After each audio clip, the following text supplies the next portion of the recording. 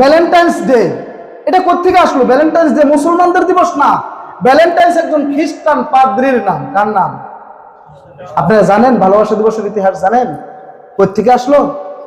Valentine's এটা একটা খ্রিস্ট পাদ্রীর নাম, পুরোহিত। বেদিনদের যত ধর্ম আছে সমস্ত ধর্মের পুরোহিত যারা থাকে, যারা ধর্মগুরু থাকে, এরা সংসার বৈরাগ্য থাকে, এরা বিবাহ শাদী করে না। অথচ সাইয়্যিদনা আদম আলাইহিস সালাতু ওয়াস সালাম বিবাহ করছেন, আমাদের নবী মুহাম্মদ রাসূলুল্লাহ সাল্লাল্লাহু আলাইহি সাল্লাম বিবাহ করছেন, ইব্রাহিম নবী বিবাহ করছেন, ইসমাইল নবী বিবাহ করছেন, আকাবিররা বিবাহ করছেন, সবাই বিবাহ করছেন। বিবাহ করা নবীর সুন্নত। ইসলাম ধর্মে বিবাহ না করে বৈরাগ্যতার জীবন বেছে নেওয়া এটা ইসলাম ধর্মে জায়েজ নেই। তো বিবাহ না করা এটা কোন ধর্মের কৃষ্টি কালচার? এটা হলো বিজাতীয় ধর্মের কৃষ্টি কালচার। বিজাতীয় ধর্মের অনেক পুরোহিত, অনেক পণ্ডিতরা তারা বিবাহ করে না। কিন্তু তারা যে বিবাহ করে না, আল্লাহ তাআলা কি তাদের মধ্যে দৈহিক চাহিদা দেন নাই, যৌবিক চাহিদা দেন নাই? তারা কি করে? তাদের যৌবিক চাহিদা তারা পূরণ করে না? করে। ওই যে গুরু সাইজা, ঠাকুর সাইজা, সে যে পুরোহিত সাইজা, সে যে কেন্দ্র দখল করে নিয়ে বসছে, আপনি খোঁজ নিয়ে দেখেন শত শত যুবতীদের চরিত্র সে নষ্ট করতেছে ধর্মগুরু সেজে। এটা ইসলামে জায়েজ নাই। ইসলামে কোনো ধর্মগুরু বৈরাগ্যতা অবলম্বন করতে পারবে না। 3-4 বছর আগে পত্রিকা দেখছিলাম, ভারতে এক হিন্দু পুরোহিত, নাম তার গুরু মহাদেব কি জানি নাম, সে এরকম ধর্ম বৈরাগ্যতা, সে ধর্মযাজক পুরোহিত কামভাব চরিতার্থ করতে যায়, ধরা খাইছে, রিমান্ডে বৎসরকে বৎসর ধরে জেলখানায় পড়ে রয়েছে। তো এই যে ভ্যালেন্টাইন্স, সে একজন খ্রিস্টান পাদ্রী, পুরোহিত, সে ঠাকুর, খ্রিস্টানদের গুরু, ধর্মযাজক, সে এরকম ধর্ম প্রচার করে, কিন্তু তার চরিত্র খারাপ, তার চরিতার্থ, তার যৌবিক চাহিদা অপাত্রে সে ব্যবহার করে। সরকারিভাবে এই সমস্ত তার এই কৃতকর্মগুলো যখন প্রকাশ পাইল, তাকে গ্রেফতার করা হলো। গ্রেফতার করে তাকে জেলখানায় পাঠানো হয়েছে। সংক্ষেপ করে বলতেছি, এই ভালোবাসা দিবস কোত্থেকে আসলো? এর সাথে মুসলমানদের কোনো সম্পর্ক আছে কিনা ভালো করে বুঝেন। তাকে জেলখানায় পাঠানো হয়েছে ভ্যালেন্টাইন্সকে। জেলখানায় পাঠানোর পর যার চরিত্র নষ্ট থাকে, এরা যদি চতুর দেয়ালের মধ্যেও চলে আসে, ওইখানেও যায় সে কুকীর্তি ঘটাবে। চোর যদি বুড়া হয়ে যায়, এরপরে এই পকেটের মাল ওই পকেটে নেবে, ওই পকেটের মাল ওই পকেটে আনবে। তার তো এটা ব্যবসা। কারো যদি ঠকানি অভ্যাস থাকে, হজ করেও যদি আসে, এরপরেও দেখবেন সে বিভিন্নভাবে একটু চেষ্টা করবে এই কাজটা করার জন্য। এই ভ্যালেন্টাইন্স তো চরিত্র ঠিক নাই, সে তো ধর্মযাজক। আবার তাকে জেলখানায় পাঠানো হয়েছে। ওইখানেও যায় যিনি জেলার ছিল, জেলের সুপার প্রধান ছিল, তার মেয়ে একটা অন্ধ। এই অন্ধটাকেও সে চিকিৎসা করে ভালো করছে। তার সাথে ওইখানে যায় কামবাব চরিতার্থ করা শুরু করছে। এবার যখন জেলখানায় সে ধরা পড়ছে যে এত দেখি এমন চরিত্র নষ্টবান, এমন চরিত্র তার নষ্ট, এই ভ্যালেন্টাইন্স যে কারণে জেলে আসলো, আবার এখানে আসা জেলারের মেয়ের সাথে এই কাজের সাথে লিপ্ত। সে সরকারকে জানানো হলো, সরকার বললো একে ফাঁসি দেওয়া হোক। এই ভ্যালেন্টাইন্সকে আর কারাগারে রাখা যাবে না, তাকে ফাঁসি দেওয়া হয়েছে। যেই তারিখে ফাঁসি দেওয়া হয়েছিল সেই তারিখটা ছিল আজকের 14 ফেব্রুয়ারি। আসসালামু আলাইকুম ওয়া রাহমাতুল্লাহি ওয়া বারাকাতুহু।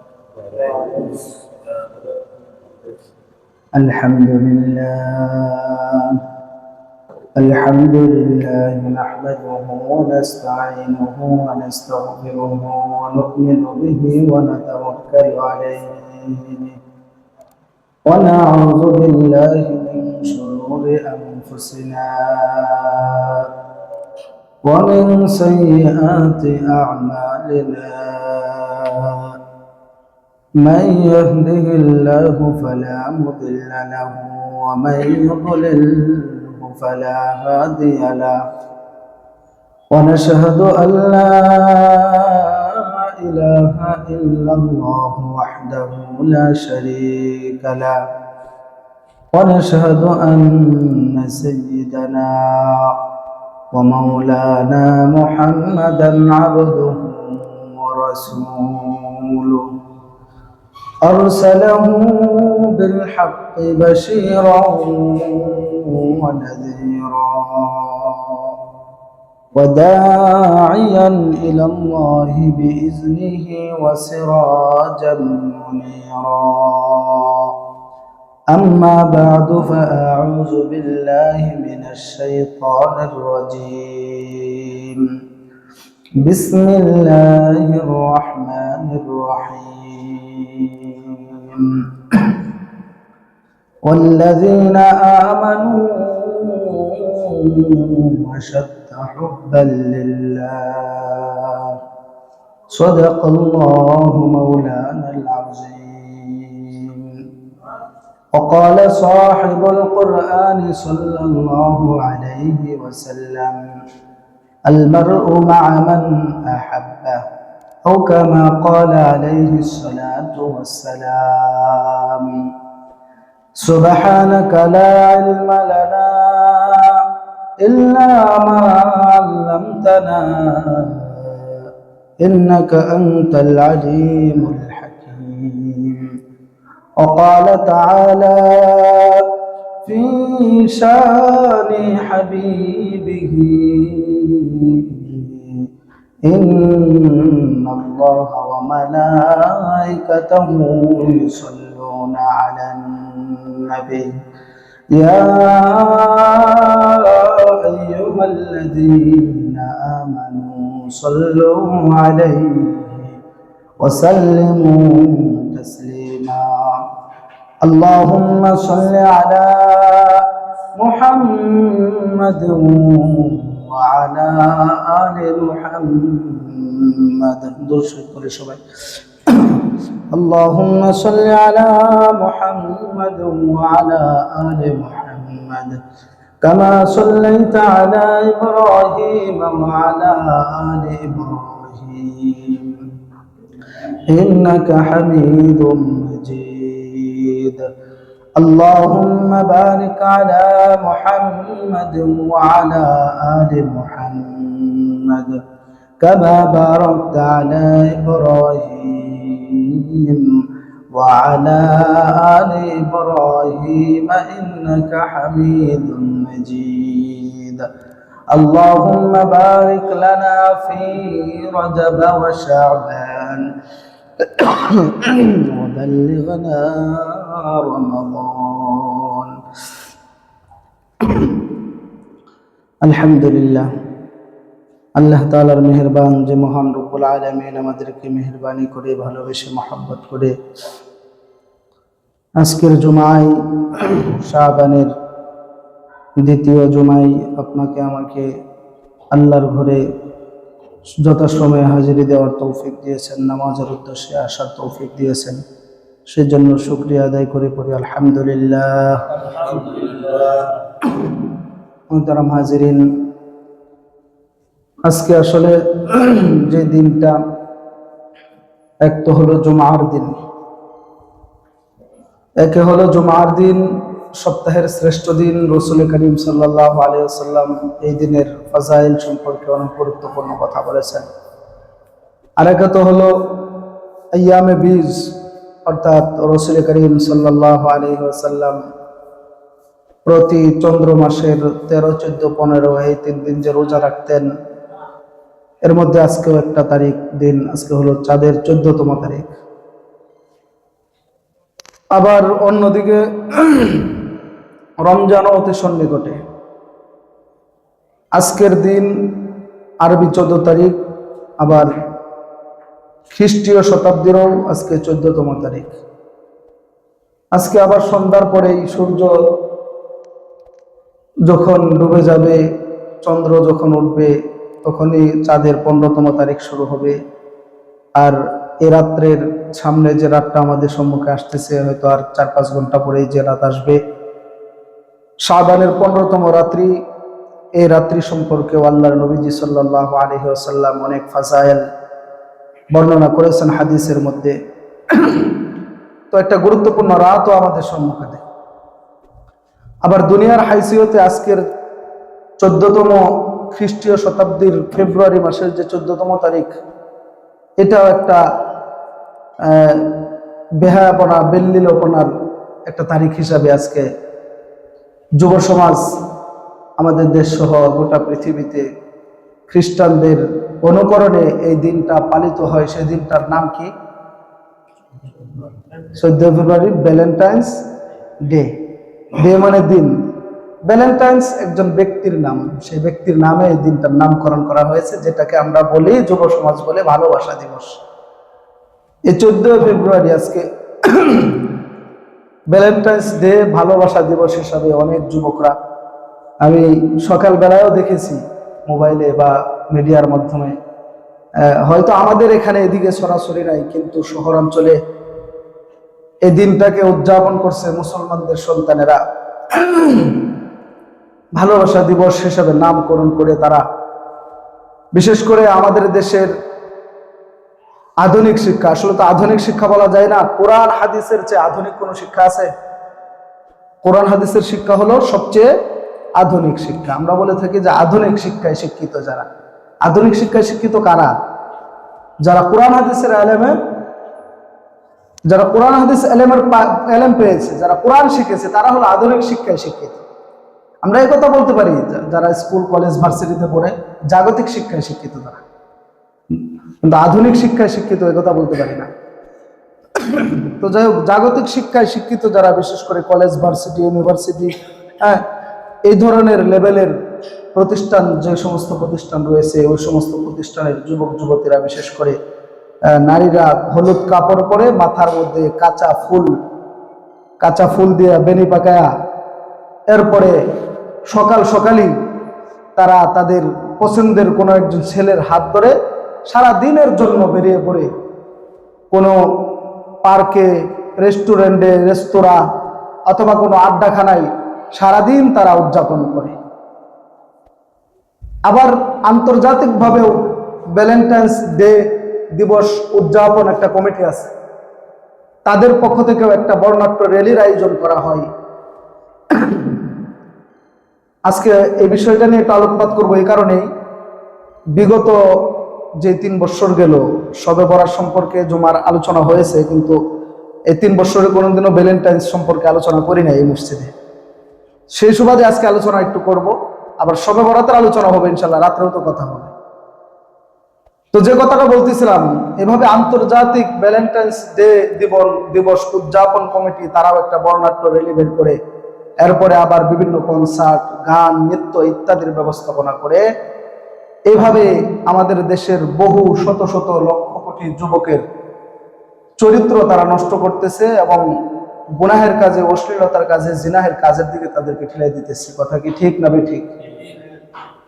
এটা উদযাপন হচ্ছে আজকের এই দিনে, যদিও আমরা মুসলমানের সন্তান, যদিও এটা শাবান মাস চলতেছে এবং আজকে জুমার দিন, আজকের রাতটাই হলো লাইলাতুন নিসফি মিন শাবান, শবে বরাত, কিন্তু এইটা তাদের মাথায় নাই। তারা এক উষ্ণ ভালোবাসা দিবসের সবাই মাতোয়ারা হয়ে গেছে। আসলে দেখেন, ভালোবাসা এটা অস্বীকার করার কোনো কিছু না। কোনো মানুষ, পৃথিবীর কোনো মানুষ ভালোবাসাকে অস্বীকার করতে পারবে না। আল্লাহ তাআলা সৃষ্টিগতভাবে মানুষকে ভালোবাসা দিয়ে সৃষ্টি করছেন। কোরআন হাদিসের দৃষ্টিকোণ থেকে কথাগুলো বুঝবেন। আল্লাহ তাআলা কোরআনে বলেছেন, ওয়াল্লাহু লা ইস্তাহি মিনাল হক। আল্লাহ তাআলা সত্য কথা কোরআনে বলতে লজ্জাবোধ করেননি। এ ধরনের কথা বললে লজ্জাবোধের কিছু না, এগুলো আমাদের জানতে হবে। তো ভালোবাসা বলতে আল্লাহ তাআলা, এটা মানব জাতির একটা সৃষ্টিগত চাহিদা। মানব জাতি এটাকে অস্বীকার করার কোনো কিছু না। মানুষকে স্বভাবজাত চাহিদা হিসেবে আল্লাহ তাআলা ভালোবাসা দিয়েছেন। শুধু মানুষ না, পৃথিবীর মধ্যে যত সৃষ্টিকুল আল্লাহ তাআলা সৃষ্টি করেছেন, সমস্ত সৃষ্টিকুলের মধ্যে আল্লাহ তাআলা ভালোবাসা দিয়েছেন। আল্লাহ তাআলা জোড়ায় জোড়ায় প্রাণী সৃষ্টি করেছেন। এই যে আমরা মানুষ, ছেলে মেয়ে, বাবা ছেলে, মা মেয়ে, ভাই বোন, এভাবে প্রত্যেকটারই বিপরীত আছে। জোড়ায় জোড়ায় আল্লাহ তাআলা সবকিছু সৃষ্টি করেছেন। সবার মধ্যে ভালোবাসা আছে, যত প্রাণী আছে, মানুষ সহ সমস্ত সৃষ্টিকুলের মধ্যে ভালোবাসা আছে, মহব্বত আছে। তবে পার্থক্য হলো, মানুষের ভালোবাসা আর জীবজন্তুর ভালোবাসা সমান না, একরকম না। মানুষের ভালোবাসা, মানুষকে আল্লাহ তাআলা এক উদ্দেশ্যে সৃষ্টি করেছেন, জীবজন্তুকে আরেক উদ্দেশ্যে আল্লাহ তাআলা সৃষ্টি করেছেন। মানুষের জীবন অহেতুক না। যে আসলাম, ঘুরলাম, খাইলাম, ভালোবাসা দিবস পালন করলাম, যেটা মন চাইলো সেটা করলাম, নামাজ পড়লাম না, আল্লাহর হুকুম মানলাম না, আবার চলে গেলাম। গতানুগতিক জীবন চালানোর জন্য আল্লাহ তাআলা মানুষকে সৃষ্টি করেননি। মানুষকে আল্লাহ তাআলা একটা বৃহৎ একটা উদ্দেশ্য নিয়ে সৃষ্টি করেছেন। আবার এই মানুষের মধ্যে আল্লাহ তাআলা ভালোবাসা দিয়েছেন। আর অন্যান্য প্রাণীকে আল্লাহ তাআলা মানুষের সেবা করার জন্য অন্যান্য সৃষ্টিকুলকে আল্লাহ তাআলা সৃষ্টি করছেন, তাদের মধ্যেও ভালোবাসা দিয়েছেন, তবে তাদের ভালোবাসার ধরন ভিন্ন। মানুষের প্রতিটা কাজের নিয়ম নীতি আছে না নাই? নিয়ম নীতির বাইরে মানুষের কোনো রীতিনীতির বাইরে কোনো কাজ আছে? যদি কেউ নিয়মের বাহিরে রীতির বহির্ভূত কোনো কাজ করে, দুনিয়ার লাইনে হোক আখিরাতের লাইনে হোক, ওই মানুষ কোনোদিনও সে কামিয়াব হতে পারবে না। সমস্ত কাজ করতে হবে নিয়মের ভিতর থেকে। তো মানুষকেও আল্লাহ তাআলা ভালোবাসা দিয়েছেন, প্রাণীকেও ভালোবাসা দিয়েছেন। কেমন? প্রাণীকেও আল্লাহ তাআলা ভালোবাসা দিয়েছেন। ধরেন একটা গরু, তাকে আল্লাহ তাআলা তার মধ্যে ভালোবাসা স্বভাবগত হিসাবে ভালোবাসার একটা মনোভাব দিয়েছেন, বিধায় তো তার ছোট বাছুরটাকে রেখে সে দূরে কোথাও যায় না, দূরে গেলেও আবার হাম্বা হাম্বা করে। ছোট্ট একটা মুরগির বাচ্চা, যখন মুরগি ডিম ফুটায়, বাচ্চাগুলা হয়, বাচ্চাগুলা যদি হাঁটতে থাকে, আপনি যদি এর বাচ্চাগুলোর পাশ দিয়ে যান, তো মুরগি কি দৌড় বেড়ে আসে ঠুকুর দেওয়ার জন্য? সে ভাবে হয়তো তার বাচ্চাকে আক্রমণ করবে। তো এই মুরগির বাচ্চার মায়ের মধ্যেও তার বাচ্চার প্রতি ভালোবাসা আছে, যার কারণে তার বাচ্চাকে রেখে দূরে কোথাও যায় না। এই বর্ষার মৌসুমে মাছ, ধরেন টাকি মাছ ডিম ফুটায়, লাল ছোট ছোট বাচ্চা হয়, একসাথে থাকে না তারা বাচ্চাগুলা? পোনা মাছ বলি আমরা। বলেন তো, এই পোনা মাছগুলাকে রেখে ওই মাছের বাবা এবং মা, বাবাটা কিটা এবং মাটা কিটা কি দূরে কোথাও চলে যায়? পাশেই থাকে। কেন? তার সন্তানের প্রতি তাদের ভালোবাসা আছে। এই বাচ্চা, এই পোনার প্রতি তাদের ভালোবাসা আছে। যদিও সে একটা মাছ, একটা প্রাণী, ক্ষুদ্র প্রাণী, কিন্তু আল্লাহ তাআলা তার মধ্যে ভালোবাসা দিচ্ছেন, যার কারণে সে এই বাচ্চাগুলাকে রেখে দূরে যায় না।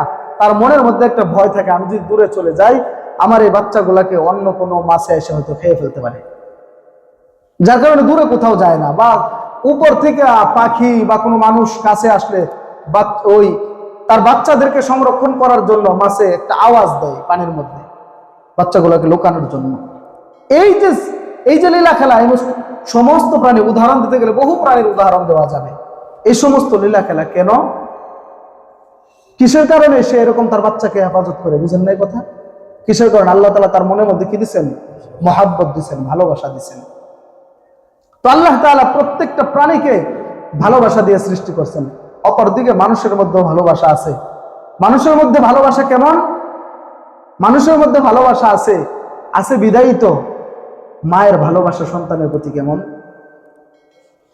কত বাবা, এই যে শীত চলে যাচ্ছে, এই শীতের মধ্যে যে সময় আপনি আমি গভীর রজনীতে বা শীতের সময় ভোরবেলায় লেপ বা কাঁথা গায়ে দিয়ে আমি খুব আরামের নিদ্রায় শুয়ে আছি, এমনও মুহূর্তে বহু মানুষ আছে না, সমুদ্রের মধ্যে, নদীর মধ্যে, পানির মধ্যে নেমে তারা এই শীতের মধ্যে, যে সময় আমরা ওযু করতে ভয় পাই, এমন সময়েও বহু মানুষ পানির মধ্যে নেমে মাছ ধরতেছে, কি ধরে না? তাদের কি শীত লাগে না? তারা এই শীতকে বরণ করে নিতেছে। এই শীতের সময় আপনি আমি আরামে, কিন্তু এই প্রচন্ড শীতের মধ্যেও বহু মানুষ এই পানির মধ্যে নেমে সে জীবিকা উপার্জন করে। কিসের কারণে?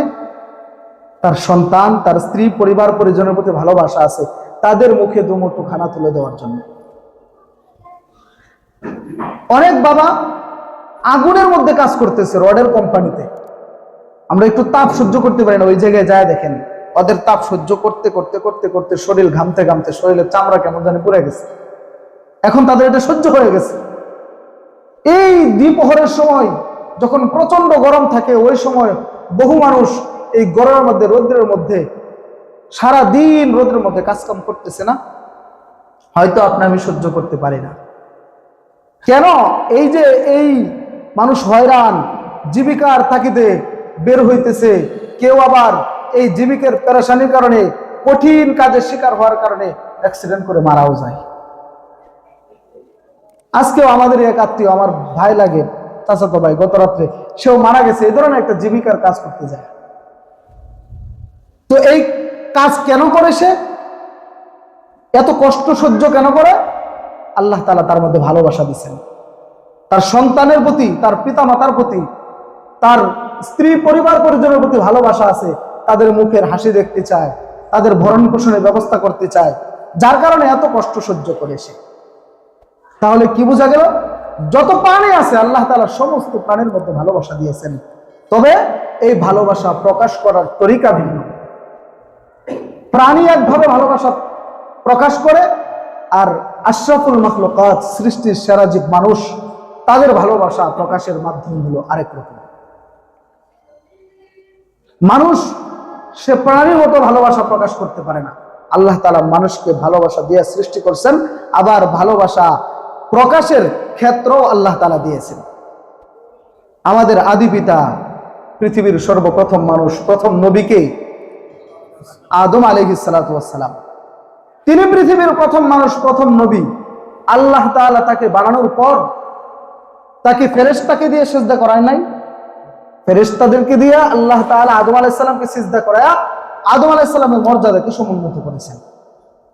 শুধু তাই না, আদম আলাইহিস সালাতু ওয়াস সালামকে আল্লাহ তাআলা যত ধরনের নাজ নিয়ামত আছে সমস্ত নাজ নিয়ামত আল্লাহ তাআলা দিয়েছেন, দিয়া জান্নাতে রাখছেন। নাকি কোথায় রাখছিলেন? ভুল হইলে বললেন, হুজুর ভুল হইতেছে। কোথায় রাখছেন? আমাদের পিতাকে জান্নাতে রাখছেন, সম্মানের শ্রেষ্ঠ মর্যাদায় উন্নীত করলেন, আবার জান্নাতে রাখলেন, অনেক নাজ নিয়ামত দিলেন।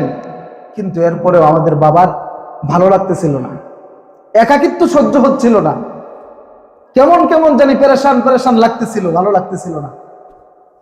হঠাৎ একদিন যখন ঘুমের ঘরে গেলেন, ঘুমালেন, ঘুমানোর পর ঘুম থেকে জাগ্রত হয়ে দেখেন ওনার পাশেই সুন্দর রমণী একজন বসা। উনি কে? হাওয়া আলাইহিস সালাতু ওয়াস সালাম, আমাদের মা, আদিমা। ওনাকে আল্লাহ তাআলা ওনার বাম পাজর থেকে একটু হাড্ডি নিয়ে সৃষ্টি করে পাশে বসায় রাখছেন। ঘুম থেকে উঠাই ওনার দিকে হাতটা বাড়াইতেছেন ওনাকে স্পর্শ করার জন্য। উনি তো পৃথিবীর প্রথম মানুষ, উনি ওনার দিকে হাত বাড়ান কেন? ওনার একাকিত্ব সহ্য হচ্ছিল না। ওই যে আল্লাহ তাআলা স্বভাবজাত হিসেবেই ভালোবাসা দিয়ে তৈরি করছেন, আবার ভালোবাসার ক্ষেত্র আল্লাহ তাআলা দিয়েছেন। মানুষকে আল্লাহ আল্লাহর গোলামের জন্য বানাইছেন, ভালোবাসা দিয়েছেন, উলফত দিয়েছেন, মুহাব্বত দিয়েছেন, আবার এই ভালোবাসা মানুষের প্রকাশ করার ক্ষেত্র আল্লাহ তাআলা দিয়েছেন বৈধ পন্থায়। তো ওই মানবিকটা নেই, যখন তার দিকে হাত বাড়ালো ফেরেশতারা বলল না, বিবাহ করতে হবে, হাত বাড়ানো যাবে না, আগে মোহর দিতে হবে। আদম আলাইহিস সালাম বললেন এখানে মোহর কি দিব আমি? ফেরেশতারা আল্লাহর পক্ষ থেকে তো নির্দেশপ্রাপ্ত, তারা বললেন আপনি মুহাম্মদুর রাসূলুল্লাহ সাল্লাল্লাহু আলাইহি ওয়াসাল্লামের উপর 3 বার দুরূদ শরীফ পাঠ করেন। সুবহানাল্লাহ। ওই আদম আলাইহিস সালাতু ওয়াস সালাম 3 বার দুরূদ শরীফ পাঠ করলেন আমাদের নবীর উপর, বিবাহ হয়ে গেল। এই যে এরপর আল্লাহ তাআলা কোরআনে বলছেন ওয়াকুলনা ইয়া আদাম উসকুন আনতা ওয়া যাওজুকাল জান্নাতা ওয়া কুলা মিনহা রাগাদান হাইসু শিতুমা। আদম, তুমি তোমার বিবিকে নিয়ে জান্নাতে প্রবেশ করো, জান্নাতে বসবাস করতে থাকো। ওয়া কুলা মিনহা রাগাদান হাইসু শিতুমা, যেখান থেকে যা মন চায় খেতে থাকো। ওয়ালা তাকরাবু হাদিহিস শাজারা, কিন্তু এই গাছটার কাছে যাও না। একটা গাছ দেখায় বললেন এখানে যা আছে জান্নাতে তোমাদের জন্য সব নাজ নিয়ামত ভোগ করতে থাকো, তবে এই গাছটার কাছে যাও না। ওই ঘটনা বলা উদ্দেশ্য না। কি আল্লাহ তাআলা মানুষকে বানাইছেন, পৃথিবীর সূচনা লগ্ন থেকে এই মানুষকে বানায়া মানুষের মধ্যে উলফত দিয়েছেন, মুহাব্বত দিয়েছেন, ভালোবাসা দিয়েছেন, আবার এই ভালোবাসা প্রকাশের ক্ষেত্রেও আল্লাহ তাআলা দিয়েছেন। আপনি আমি মানুষ, আমাদের মধ্যে ভালোবাসা আছে, তবে ভালোবাসা এটা স্বাভাবিক কোনো শব্দ না, এটা বিরাট অর্থবোধক এক শব্দ। ভালোবাসা মানে কি? কারো প্রতি আকৃষ্ট হওয়া, অনুরাগী হওয়া, প্রীতিবান হওয়া, ভক্তি করা, শ্রদ্ধা করা, মুহাব্বত করা, এটা হলো ভালোবাসা। আর ভক্তি, শ্রদ্ধা, মুহাব্বত, ভালোবাসা এটা প্রকাশ করা। এখন অনেক যুবক যুবতী আছে, একজন যুবক আর একজন যুবতীর শারীরিক সৌন্দর্য দেখেই, তার অবকাঠামোগত সৌন্দর্য দেখেই তার সাথে ভালোবাসা প্রকাশ করতে চায়। কিভাবে? তার কাম ভাব চরিতার্থ করতে চায়। কিন্তু এটাই ভালোবাসার তরিকা না। হ্যাঁ, ভালোবাসা প্রকাশের এটাও একটা মাধ্যম, কাম ভাব চরিতার্থ করা কারো একজন যুবক আর একজন যুবতীর সাথে, এটাও ভালোবাসা প্রকাশেরই একটা মাধ্যম। তবে শুধুমাত্র আল্লাহ তাআলা এই কামবাব চরিতার্থের জন্য ভালোবাসা আপনাকে দেননি। যদি কোনো মানুষ বৈধভাবে ভালোবাসা যদি প্রকাশ করতে চায়, বৈধ যেটা এর সবকিছুই বৈধ, আর যার এটা অবৈধ এটার কোনো কিছুই বৈধ না। আপনি বৈধ পন্থায় কামবাব চরিতার্থ করতে গেলে হালাল স্ত্রীর সাথে ওইটা সওয়াব, কিন্তু অবৈধভাবে করতে গেলে আযাব। অবৈধ পন্থায় যদি একজন বেগানা নারীর দিকে দৃষ্টি দেওয়া হয়, গুনাহ হবে না? কিসের গুনাহ? জিনাহের গুনাহ। জিনাহের গুনাহ হবে। কিন্তু বৈধভাবে যদি এই দৃষ্টিটাই আবার কারো প্রতি দেওয়া যায়, কবুল হজেরও সওয়াব হয়। সুবহানাল্লাহ বলেন না? আরো জোরে বলেন না সুবহানাল্লাহ। আপনারা আমার কথা বুঝেন নাই? একই দৃষ্টি কারো প্রতি যদি পড়ে, জিনার গুনাহ হয়। আবার এই একই দৃষ্টি যদি কারো প্রতি নেক নজরে পড়ে, তো কবুল হজের সওয়াব হয়। আল্লাহ তাআলা যে ক্ষেত্র দিয়েছেন, ওই ক্ষেত্রের মধ্যে যদি আপনার দৃষ্টিটা পড়ে, ওই ক্ষেত্রের মধ্যে যদি আপনার মন দ্বারা কল্পনা হয়, আল্লাহ তাআলা আপনাকে যে ক্ষেত্র দিয়েছেন, ওই ক্ষেত্রের মধ্যে ভালোবাসা প্রকাশ করার জন্য যদি হাত বাড়ান, ভালোবাসা প্রকাশের জন্য যদি পা বাড়ান, দৃষ্টি দেন, সওয়াব হবে। কিন্তু যে অপাত্রে যদি আপনার ভালোবাসা প্রকাশ করতে চান, চোখ দিয়ে তাকালে চোখের জিনা, মন দিয়ে কল্পনা করলে মনের জিনার গুনাহ, হাত দ্বারা যদি ধরতে যান হাতের জিনা, পা দ্বারা যদি আগান পায়ের গুনাহ হবে কিনা? আর যদি বৈধ পন্থায় দৃষ্টি দেন, হুজুর বৈধ পন্থায় দৃষ্টি দিলে হজের সওয়াব মানে? নবী আরবি সাল্লাল্লাহু আলাইহি ওয়াসাল্লাম তিনি বলেছেন হাদিসের মধ্যে, কোন একজন সন্তান যদি তার বাবা মার দিকে নেক দৃষ্টিতে তাকায়, তো আল্লাহ তাআলা তার আমলনামায় কবুল হজের সওয়াব দেন। তো বৈধ পন্থায় তাকালেন, কবুল হজের সওয়াব। এই হাদিস যখন নবীজি বলতেছেন, সাহাবীরা নবীজিকে বলছেন, নবীজি কোন সন্তান যদি তার বাবা মার দিকে দৈনিক কমপক্ষে 100 বার তাকায়, তাহলে কি 100 টাকা সওয়াব হবে? রাসূল বলছেন না, নাম কোন সন্তান যদি নেক দৃষ্টিতে তার বাবা মার দিকে 100 বারও তাকায়, 100টা সওয়াবের, 100টা হজের সওয়াব দেবেন আল্লাহ। তো বৈধভাবে স্ত্রীর দিকে যদি নজর করা যায়, সওয়াব হয়। স্ত্রীর মুখে খানা তুলে দিলে সাদাকা করার সওয়াব হয়, সাদকা। তো আল্লাহ তাআলা কি করছেন? বৈধভাবে ভালোবাসা প্রকাশের ক্ষেত্র বানিয়ে দিচ্ছেন, বৈধভাবে। কিন্তু অবৈধভাবে যদি করতে চান, সওয়াব তো হবেই না, বরং আরো গুনাহ হবে। তো এই ভালোবাসা আল্লাহ তাআলা আপনাকে আমাকে, শুধু আপনাকে আমাকে না, পৃথিবীর সমস্ত সৃষ্টিকুলকে, সমস্ত মাখলুকাতকে আল্লাহ তাআলা সৃষ্টিগতভাবে দিয়েই সৃষ্টি করছেন। আবার এই ভালোবাসা প্রকাশের আল্লাহ তাআলা বৈধ ক্ষেত্র দিয়েছেন, সেখানে ভালোবাসা প্রকাশ করতে হবে। ভালোবাসা প্রকাশের স্থান পার্ক না, ভালোবাসা প্রকাশের স্থান বিভিন্ন রেস্টুরেন্ট না, ফাস্ট ফুড না, যেখানে সেখানে না। যেখানে সেখানে ভালোবাসা প্রকাশ করে মানুষ না কুকুর? কথা বলেন না কে? যেখানে সেখানে ভালোবাসা প্রকাশ করে জানোয়ার, হায়ানা। মানুষেরা কোনোদিনও যেখানে সেখানে ভালোবাসা প্রকাশ করতে পারে না। ভালোবাসা প্রকাশের স্থান হলো বৈধ স্ত্রী, আর বৈধ স্ত্রীর সাথে ভালোবাসা প্রকাশ মানুষকে দেখা করা যাবে না। সেলফি তুইলা স্ত্রীর ফটো দেওয়া, আপন ভাই বোনদের ছবি দেওয়া, এইভাবে ভালোবাসা প্রকাশ করা যাবে না। ভালোবাসা বৈধ পন্থায় প্রকাশ করতে হবে, পার্কে না, রেস্টুরেন্টে না, নিজের ঘরে। আল্লাহ তাআলা বৈধ ক্ষেত্র দিয়েছেন, বৈধভাবে ভালোবাসা প্রকাশের তরিকা দিয়েছেন। ওই অবৈধভাবে যারা ভালোবাসা প্রকাশ করে, তারা হলো এই যে 14 ফেব্রুয়ারির পাগল। ভ্যালেন্টাইন্স ডে, এটা কোত্থেকে আসলো? ভ্যালেন্টাইন্স ডে মুসলমানদের দিবস না, ভ্যালেন্টাইন্স একজন খ্রিস্টান পাদ্রীর নাম। কার নাম আপনারা জানেন? ভালোবাসা দিবসের ইতিহাস জানেন? কোত্থেকে আসলো ভ্যালেন্টাইন্স? এটা একটা খ্রিস্ট পাদ্রীর নাম, পুরোহিত। বেদিনদের যত ধর্ম আছে, সমস্ত ধর্মের পুরোহিত যারা থাকে, যারা ধর্মগুরু থাকে, এরা সংসার বৈরাগ্য থাকে, এরা বিবাহ শাদী করে না। অথচ সাইয়্যিদুনা আদম আলাইহিস সালাতু ওয়াস সালাম বিবাহ করছেন, আমাদের নবী মুহাম্মদ রাসূলুল্লাহ সাল্লাল্লাহু আলাইহি সাল্লাম বিবাহ করছেন, ইব্রাহিম নবী বিবাহ করছেন, ইসমাইল নবী বিবাহ করছেন, আকাবিররা বিবাহ করছেন, সবাই বিবাহ করছেন। বিবাহ করা নবীর সুন্নত। ইসলাম ধর্মে বিবাহ না করে বৈরাগ্যতার জীবন বেছে নেওয়া এটা ইসলাম ধর্মে জায়েজ নেই। তো বিবাহ না করা এটা কোন ধর্মের কৃষ্টি কালচার? এটা হলো বিজাতীয় ধর্মের কৃষ্টি কালচার। বিজাতীয় ধর্মের অনেক পুরোহিত, অনেক পণ্ডিতরা তারা বিবাহ করে না। কিন্তু তারা যে বিবাহ করে না, আল্লাহ তাআলা কি তাদের মধ্যে দৈহিক চাহিদা দেন নাই, যৌবিক চাহিদা দেন নাই? তারা কি করে? তাদের যৌবিক চাহিদা তারা পূরণ করে না, করে ওই যে গুরু সাইজা, ঠাকুর সাইজা, সে যে পুরোহিত সাইজা, সে যে কেন্দ্র দখল করে নিয়ে বসছে, আপনি খোঁজ নিয়ে দেখেন শত শত যুবতীদের চরিত্র সে নষ্ট করতেছে ধর্মগুরু সেজে। এটা ইসলামে জায়েজ নাই। ইসলামে কোনো ধর্মগুরু বৈরাগ্যতা অবলম্বন করতে পারবে না। 3-4 বছর আগে পত্রিকা দেখছিলাম, ভারতে এক হিন্দু পুরোহিত, নাম তার গুরু মহাদেব কি জানি নাম, সে এরকম ধর্ম বৈরাগ্যতা, সে ধর্মযাজক পুরোহিত কামভাব চরিতার্থ করতে যায়, ধরা খাইছে, রিমান্ডে বৎসরকে বৎসর ধরে জেলখানায় পড়ে রয়েছে। তো এই যে ভ্যালেন্টাইন্স, সে একজন খ্রিস্টান পাদ্রী, পুরোহিত, সে ঠাকুর, খ্রিস্টানদের গুরু, ধর্মযাজক, সে এরকম ধর্ম প্রচার করে, কিন্তু তার চরিত্র খারাপ, তার চরিতার্থ, তার যৌবিক চাহিদা অপাত্রে সে ব্যবহার করে।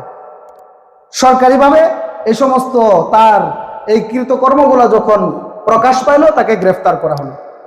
গ্রেফতার করে তাকে জেলখানায় পাঠানো হয়েছে। সংক্ষেপ করে বলতেছি, এই ভালোবাসা দিবস কোত্থেকে আসলো, এর সাথে মুসলমানদের কোনো সম্পর্ক আছে কিনা ভালো করে বুঝেন। তাকে জেলখানায় পাঠানো হয়েছে ভ্যালেন্টাইন্সকে।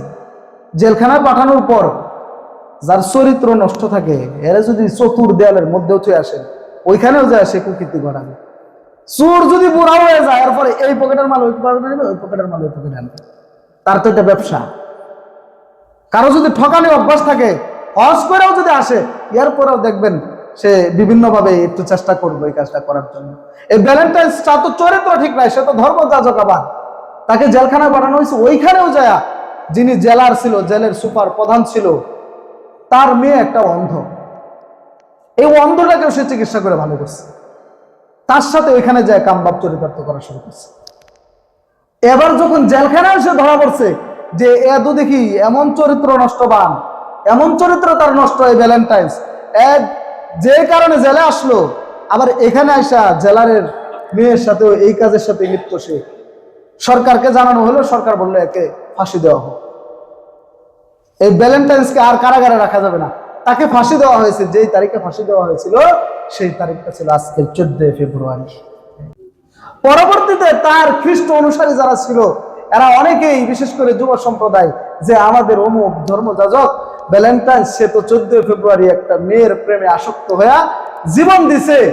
পরবর্তীতে তারা এই দিবসটাকে ভালোবাসা দিবস হিসেবে উদযাপন করতে শুরু করলো। আচ্ছা, বুঝে থাকলে বলুন তো, এই ভালোবাসা দিবস কি কোনো মুসলমানের নাকি খ্রিস্টানদের? কিন্তু এখন পালন করতেছে কি? খ্রিস্টানরা তো, তাদের তো ধর্মই নাই, তাদের তো কোনো হিসাব নিকাশই নাই।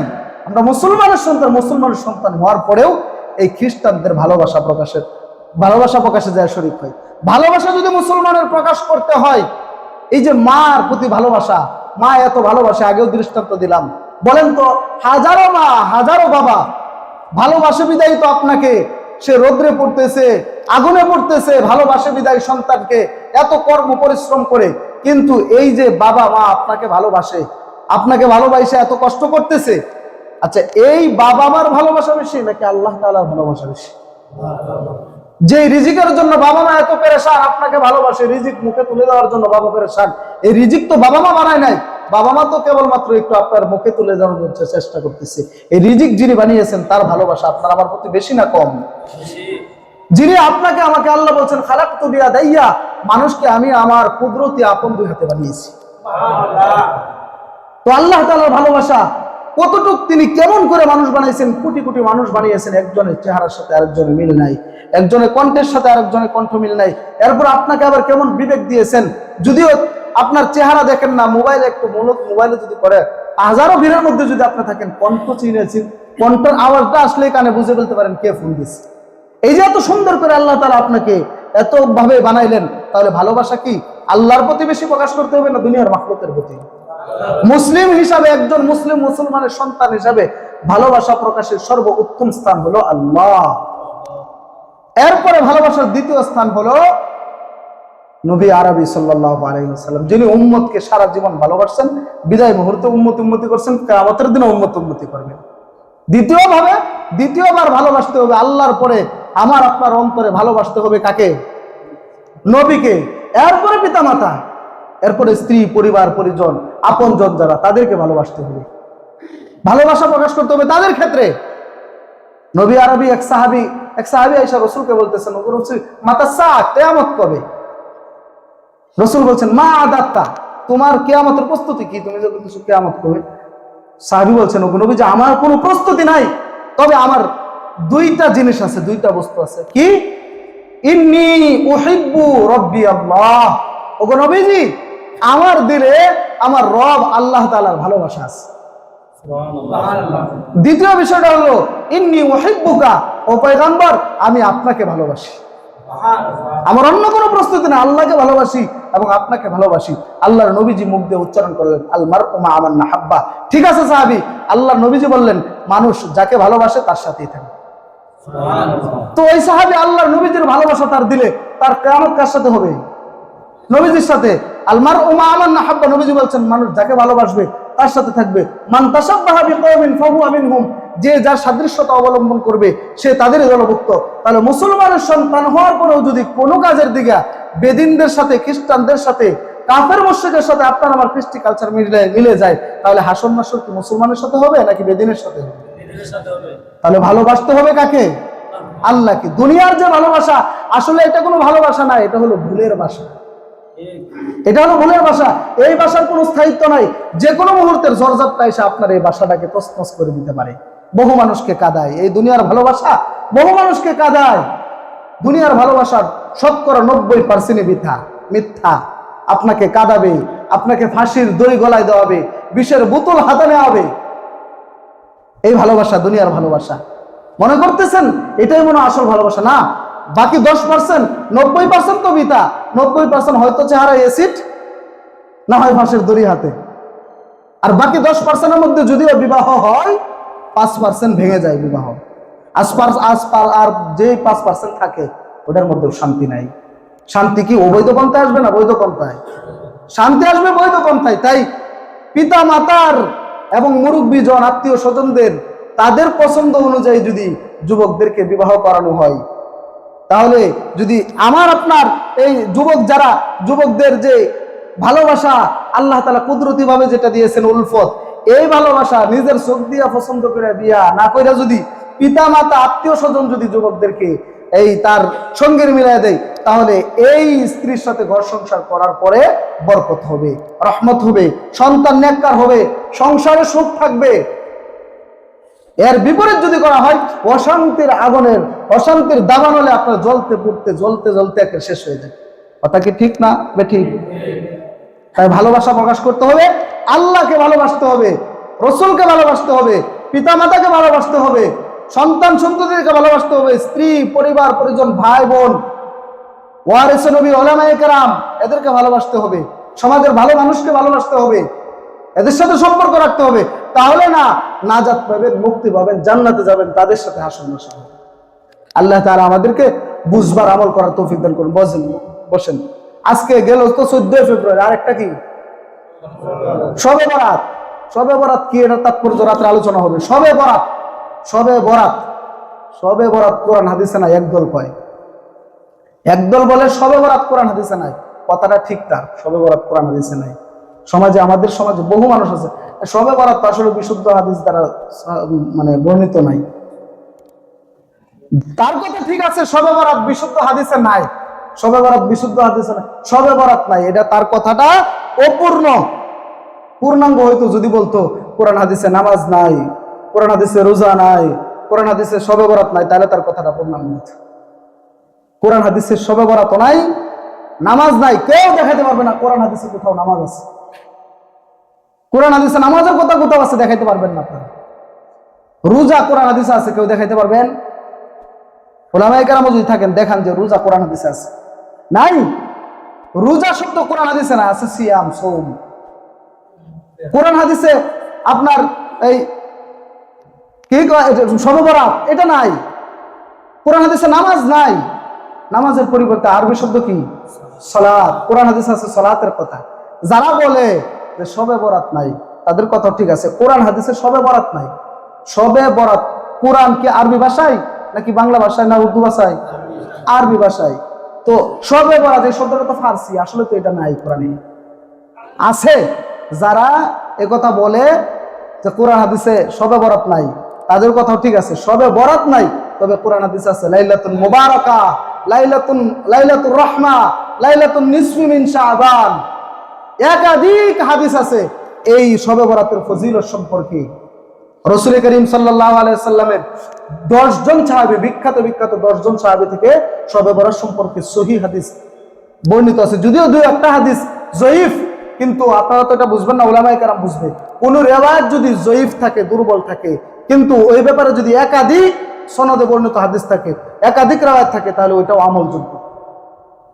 শবে বরাত কোরআন হাদিসের বিশুদ্ধ মত অনুযায়ী আমলযোগ্য। এই রাত হলো লাইলাতুর রাহমা, রহমতের রাত, লাইলাতুল বারাকা, বরকতের রাত, লাইলাতুন নিসফি মিন শাবান, শাবানের মধ্য রজনী, এটা হলো লাইলাতুস সাক। সাক শব্দের তো চেক, চেক চিনেন? ব্যাংকের মধ্যে 5 লাখ 10 লাখ যেমন লিখে দিলেন, পরে চেক দেয় আর একটু টাকা দিয়ে দেয়, এটা হলো চেক। লাইলাতুস সাক, এই রাতকে বলা হয় লাইলাতুস সাক। এটা হলো চেকের রাত। এক চেকে আল্লাহ তাআলা সই করে দিবেন আপনার জীবনের সমস্ত গুনাহ। এমন রাত আজকে, এই যে সূর্যটা ডোবার পরেই উদিত যেই চন্দ্র উঠবে, এই লাইলাতুন নিসফি মিন শাবান, এই রাত্রের অনেক ফজিলত ইনশাআল্লাহ আলোচনা হবে। আল্লাহ তাআলা তো ইনশাআল্লাহ আগে বাদে এসে করবেন, মাগরিবের পর এশারের আজানের আগে আপনারা মসজিদে চলে আসবেন, ইনশাআল্লাহ গুরুত্বপূর্ণ আলোচনা হবে শবে বরাতের ফাজাইল সম্পর্কে।